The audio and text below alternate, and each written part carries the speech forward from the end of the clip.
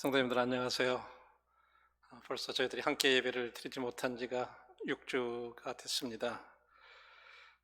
오늘은 이런 가운데서 참 이 위기 가운데 계신 하나님, 이런 제목으로 성도님들과 함께 그 말씀을 상고해 보기 원합니다. 제가 이스라엘 테마 학습을 이렇게 하는 중에 이 광야 체험 시간이 있는데, 주님이 유대 광야에서 홀로 기도하시면서 이 마귀의 시험을 받았다는 일을 기억하면서 그때 주님의 마음이 어떠셨을까 하는 것을 한번 서로 체험해 보기 위해서 그 일행들이 모두 각각 흩어져서 혼자서 이렇게 기도하는 시간을 이렇게 갖는 때가 있었습니다. 저도 이제 처음으로 어두운 밤중에 광야에서 참 이렇게 주님 앞에 조용히 기도를 하는데, 갑자기 막 무슨 큰 그 구렁이 같은 뱀이 막 이렇게 다가오는 것 같은, 막 그 섬뜩해가지고 주변을 막 이렇게 쳐다보기도 하면서 이제 그런 경험이 있었습니다. 때로 우리가 어떤 그 홀로 있으면서 이런 어떤 위험한 것을 이렇게 느끼게 될 때 진짜 그 마음은 어떻게 헤아릴 수가 없습니다. 그걸 생각하면서 최근에 우리가 코로나 바이러스 19가 사실상 세계를 정지시키고 있지만, 그러나 많은 그리스도인들은 이 두렵고 불확실한 때를 통과하도록 하나님께서 인도해 주실 것이라고 믿고 있습니다. 이 성경에 나오는 전염병과 재앙과 다른 위기들에 대해서 읽게 될 때 그것들은 대개 하나님의 심판이나 징벌과 관련이 있습니다. 현재 전 세계적으로 유행하고 있는 전염병도 그런 것일까요? 예, 그럴 수 있습니다. 만일 그렇다면 왜 신실한 그리스도인들도 이런 질병과 경제적인 어려움을 당하고 있을까요? 우리는 이 상황이 엘리야의 생애 가운데 있었던 유사한 상황에 근거해서 어떻게 우리와 관련이 있는지 좀 더 개인적인 차원에서 한번 살펴보기를 원합니다. 하나님 말씀 열왕기상 17장 1절로부터 16절 말씀입니다. 제가 빨리 읽겠습니다. 그가 여호와의 말씀과 같이 곧 가서 요단 앞 그릿 시냇가에 머물매 까마귀들이 아침에도 떡과 고기를 저녁에도 떡과 고기를 가져왔고 그가 시냇물을 마셨으나 땅에 비가 내리지 않으므로 얼마 후에 그 시내가 마르니라. 제가 우선 중요한 몇 구절만 이렇게 전체를 다 못 읽고 이렇게 읽도록 하겠습니다. 여호와의 말씀이 엘리야에게 임하여 이르시되 너는 일어나 시돈에 속한 사르밧으로 가서 거기 머물라. 내가 그곳 과부에게 명령하여 내게 음식을 주게 하였느니라. 대부분 아시는 말씀이기 때문에 이제 중요한 말씀만 이렇게 말씀을 드렸는데, 이 배경은 이 악한 아합 왕이 이스라엘을 하나님으로부터 멀어지게 했을 때 엘리야는 그들의 주의를 끌기 위해 하나님의 엄중한 메시지, 곧 그들이 이제 7년간 극심한 가뭄이 지속될 것이라고 하는 이런 메시지를 전했습니다. 마치 오늘날 이 코로나 바이러스가 유행병처럼 퍼진 것처럼 그 재난이 그 당시 사회를 마비시켰고 상황은 아주 대단히 심각했었습니다. 이 위기 기간 동안에 엘리야는 무엇을 했을까요? 흥미로운 것은 주님께서 그에게 너 자가격리해라 라는 말로 이렇게 그 기간을 가지라고 말씀을 하신 거예요. 그래서 하나님은 엘리야에게 너 그릿 시냇가에 가서 혼자 머물러라, 이렇게 3절의 말씀을 보면 그렇게 명령을 하셨습니다. 우리는 엘리야가 이 홀로 있었던 시간에 좌절했었는지 안 했었는지 우리는 잘 모릅니다. 그러나 우리는 그가 주님과 자신 간의 관계를 더 깊게 하는데 그 외로운 시간을 사용하지 않았을까 생각해 봅니다. 우리는 그가 하나님을 의지했고 하나님의 지시를 따랐다는 것을 알고 있습니다. 엘리야는 놀라운 방법으로 음식을 공급받았고 시내로부터 어떤 자연수를 이렇게 마셨습니다. 6절의 말씀에 보니까 까마귀들이 아침에도 떡과 고기를 저녁에도 떡과 고기를 가져왔고 그가 시냇물을 마셨다고 이렇게 말씀하고 있습니다. 엘리야에게 아주 그런 대로 상황이 좋아 보였어요. 그러나 곧 비가 오지 않아서 시냇물이 말라버렸습니다.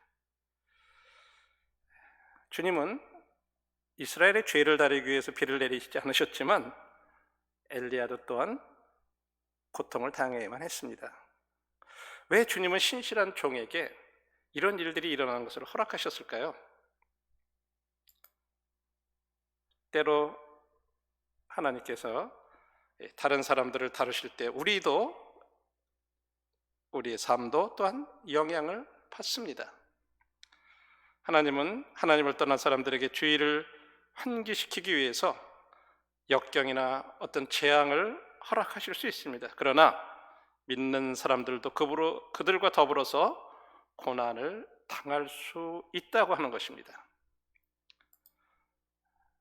엘리야가 마시던 이 자연수의 공급수단이었던 이 시내가 말랐던 것처럼 우리에게도 이런 시내가 있습니다.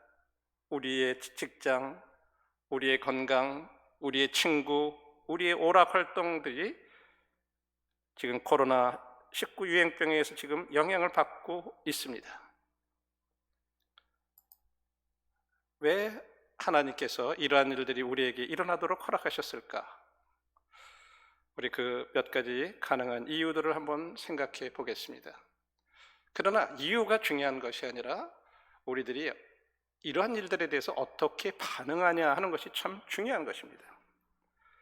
때로 하나님께서 이런 어려움이 우리들의 삶 가운데 일어나도록 허락하시는 이유는 첫 번째는 우리들의 믿음의 성장을 위한 것입니다. 두 번째로는 우리로 하여금 새로운 사역의 수단을 준비하게 하시기 위함입니다. 세 번째로는 우리들로 하여금 다른 사람들의 고난을 이해하게 하기 위해서 허락하시는 것입니다. 그리고 네 번째로는 우리로 하여금 하나님을 의지하는 법을 배우게 하시기 위해서 허락하시는 것입니다. 우리 이제 하나하나 좀 더 생각을 해보겠습니다. 우리가 이것을 믿든 믿지 않든 이 말라버린 시내는 어떻게 보면 엘리야의 기도에 응답이 될 수 있었습니다. 야고보서 5장 17절에 보면 엘리야가 이스라엘 백성들이 주님께 돌아오기 위해 비가 오지 않기를 간절히 기도했다고 말하고 있어요. 그러나 그 기도 응답으로 비가 오지 않게 되었을 때 엘리야 자신도 마실 물이 말라버렸습니다. 이와 마찬가지로 우리도 가끔 하나님, 저 믿지 않는 사람들이 눈을 뜨게 해주셔서 좀 하나님을 보게 해달라고 하는 어떤 이런 기도들을 우리는 이런 간접적인 여러 가지 기도들을 해왔습니다. 아마 현재 유행하고 있는 이 유행병이 우리들의 이러한 기도의 응답일 수도 있습니다. 그러나 동시에 우리들도 이런 일들로 인해서 시험을 받고 고통을 받고 있습니다.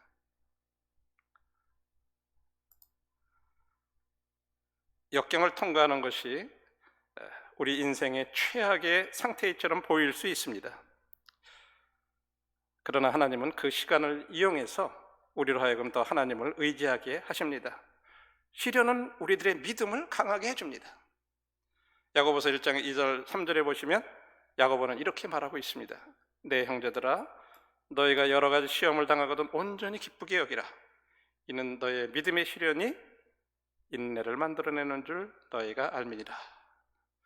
이처럼 하나님께서는 이와 같은 어려움을 통해서 우리의 믿음을 성장시켜 주시는 것입니다.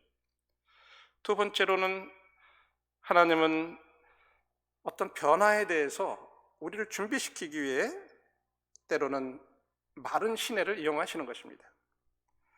엘리야는 이제 물이 떨어져서 물을 찾아서 장소를 이동을 해야만 했습니다. 그러나 엘리야에 대한 하나님의 계획은 다른 장소로 옮기는 것이었어요.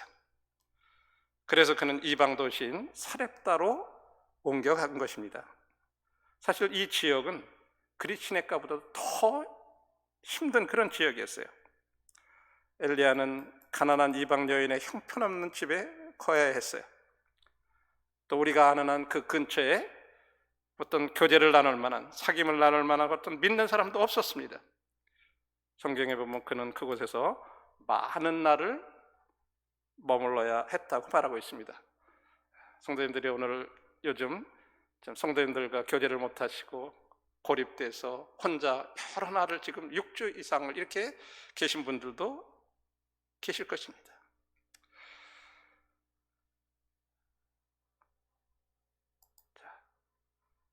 분명히 이러한 장소의 변화는 엘리야가 스스로 추구한 것은 아니었을 것입니다. 그러나 하나님은 엘리야로 하여금 새로운 분야에서 섬기고자 하는 동기를 부여하시기 위해서 이 시내가 마르게 하신 것입니다. 그래서 그가 이제 이 사렙다로 와서 그곳에서 그 과부와 그의 가족을 섬기게 하셨습니다. 우리의 삶 가운데도 이런 동일한 일을 하실 수가 있습니다. 비록 우리가 훌륭한 삶을 내가 살아가고 있다고 느낄 수 있지만 하나님은 때로 우리의 삶 속에 또 우리 교회 가운데 더 많은 것을 바라고 계실 수도 있어요. 사실 우리를 대부분은 변화를 추구하는 것을 좋아하지 않는다고 이렇게 말하는 게 아마 안전한 말일 것입니다. 그러나 이 코로나 바이러스는 지금 우리 지역 사회에서 개인 전도의 새로운 기회를 찾도록 우리의 눈을 열어주고 있는지도 모릅니다. 그동안 저희들이 정통적으로 이렇게 해오던 전도 방식으로는 이제는 사람들을 만날 수가 없는 그런 상황이 됐습니다. 오히려 그런 말이 있어요. 부모를 찾아가지 않는 것이 효를 행하는 거다. 이게 완전히 이런 사회가 돼버렸어요. 사람을 가서 만나는 게 어려워요. 그럼 어떻게 전도를 해야 될까요? 우리에게 새로운 이런 전도 방법을 우리가 찾아야 되는 어떤 그런 기회를 우리에게 주시는지도 모르겠습니다. 또 혹은 우리들이 정상적인 이런 교회 활동들이 다 중단됐습니다. 예배, 주일날 예배, 수요일 저녁 집회, 금요일 기도 집회, 이런 것들은 교회에 앞서서 일하시는 리더들에게 어떻게 성도들을 섬기는 것이 최선의 방책인지에 대한 완전히 다른 관점을 갖게 해 주시는 것인지도 모르겠습니다. 이미 전 세계의 많은 교회들이 온라인 사역을 증가시켜야 한다는 이제 압박을 벌써 받고 있습니다. 이러한 변화는 궁극적으로 와이파이가 기반을 이루고 있는 사회에 있어서는 훨씬 더 큰 어떤 사이버 교회가 생겨나게 할 것입니다. 만일 주님께서 우리의 시내인 직장이나 활동이나 우리의 삶 가운데서의 대인관계를 메마르게 하신다면 우리는 그것이 모두 하나님의 계획의 일부라고 믿을 수 있습니다. 세 번째로는 우리들이 하나님께서 우리의 삶 가운데 메마른 시내를 허락하셔서 다른 사람들의 고난을 이해하게 하실 수도 있습니다. 이스라엘 민족은 오랜 가뭄으로 하나님 앞에 무릎을 꿇게 되었습니다. 비록 엘리야가 책임은 없었지만 하나님은 그로 하여금 약간의 고난을 경험하도록 하신 것입니다. 마찬가지로 하나님은 우리로 하여금 다른 사람들이 겪는 동일한 역경을 경험하도록 허락하심으로 우리로 이 세상에서 상처받는 사람들을 동정할 수 있게 하십니다. 우리는 이해하는 마음으로 또 염려함으로 그리스도의 사랑을 가지고 그들에게 다가가고자 하는 그런 동기부여를 더 받게 될 수 있습니다. 마지막으로 우리들이 하나님의 법을 의지하는 법을 배우게 하십니다. 비록 가뭄이 들어 마실 물이 없었지만 엘리야가 걱정하거나 두려워했다는 말을 읽어볼 수가 없습니다. 그는 그냥 주님이 인도하시는 곳으로 따라갔어요. 하나님은 우리의 모든 필요와 한계를 아십니다. 현재 우리가 세계적인 유행병 사태와 이 경제적인 난국을 통과하고 있고 앞으로 어떤 일이 또 닥쳐올지 모릅니다. 그러나 우리가 하나님을 의지하고 그가 하나님이 우리를 위해서 예비하신 이런 변화들을 이런 맞이할 준비를 하도록 합시다.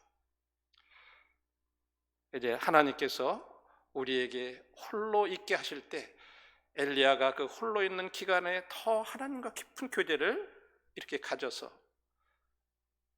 친밀한 교제를 가졌던 것처럼 우리도 이 홀로 있는 기간, 이 시간을 더 주님께 가까이 나아가는 그런 시간으로 활용할 수도 있습니다. 또 이런 어려움을 통해서 우리가 더 하나님을 의지하고 우리들의 믿음이 성장하는 그런 계기로 삼을 수가 있는 것입니다.